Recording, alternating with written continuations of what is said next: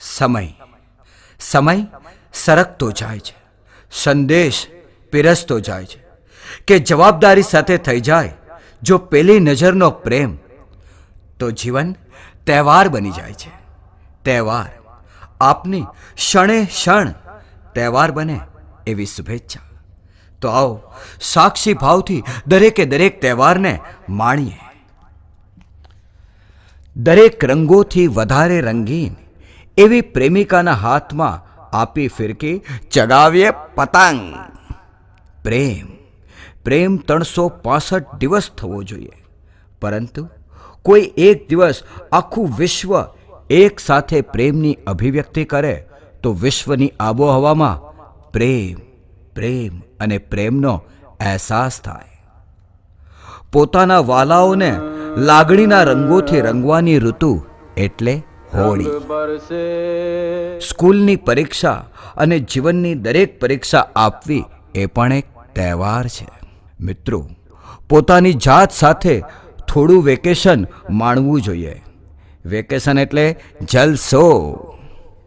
બાળકોને ફરી નિશાળમાં જ્ઞાનના પંથ ઉપર જતા જોવા એ પણ એક તહેવાર છે. પહેલા વરસાદની મીઠી મીઠી ભીની ભીની સુગંધને માણવાની, વડાપાઉં અને ચાની ચુસ્કીને માણવાની ઋતુ. શ્રાવણ મહિનાના એકટાણા, મોડાકા, જયા પાર્વતી અને મટકી ફોડવાની ઋતુ. ધામધૂમથી ગણેશ ચતુર્થી અને મૌનની સાધનાથી મહાવીરને પૂજવાના, મિચ્છામી દુક્કડમ, ક્ષમાથી સમાધિ સુધીની સફર કરવાની. ઓક્ટોબર એટલે નવરાત્રી, ગરબો, અને ત્યારબાદ Diwali. Happy Diwali to all.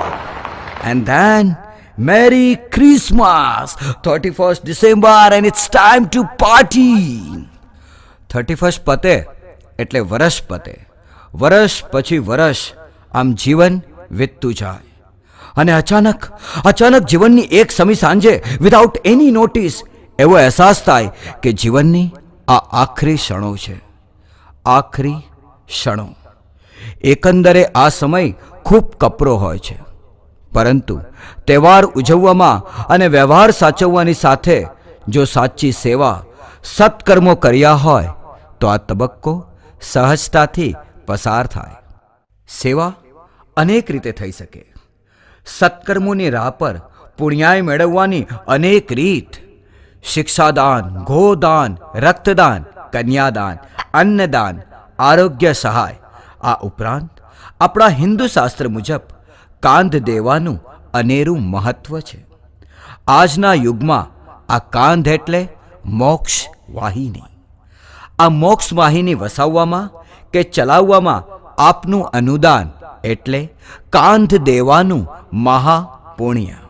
દરેક ક્ષણે ઇન્દ્રિયોને મોહી લે તેનું નામ મોહિની, અને પાર્થિવ દેહને ઘરથી સ્મશાન સુધીની અંતિમ યાત્રા કરાવે તેનું નામ મોક્ષ વાહિની.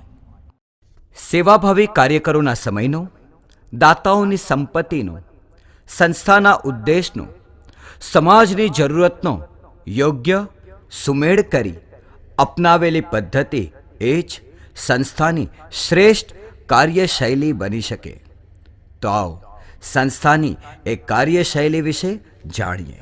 મિત્રો, વર્ષ 2009માં DSV ચેરિટેબલ ટ્રસ્ટ દ્વારા દહીસરથી મલાડ વચ્ચે ઘરથી સ્મશાન સુધી પાર્થિવ દેહને સન્માનપૂર્વક નિઃશુલ્ક લઈ જવાની સુવિધા શરૂ કરી.